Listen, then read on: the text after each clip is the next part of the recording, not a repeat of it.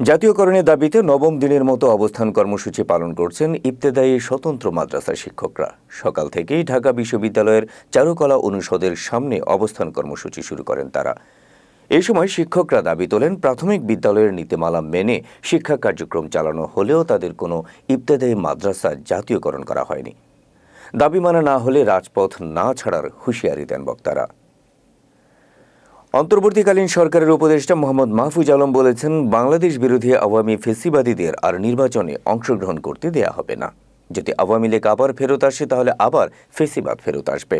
শনিবার দুপুরে চাঁদপুরের হাজীগঞ্জে বাজার এলাকায় ছাত্র জনতার সাথে পথসভা ও শুভেচ্ছা বিনিময়ের সময় তিনি এসব কথা বলেন। এদিন বিকেল 4টায় লক্ষ্মীপুরের রামগঞ্জ সরকারি কলেজ মাঠে মাহফুজ আলমের সম্মানে নাগরিক সংবর্ধনার আয়োজন করা হয়। রামগঞ্জ তার জন্মস্থান হওয়ায় এই সংবর্ধনার আয়োজন করেছে এলাকাবাসী।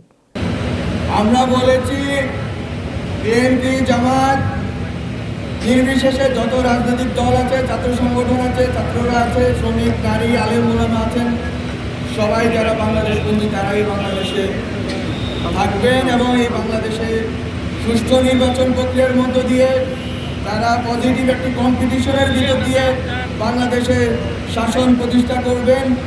বাংলাদেশের জনগণের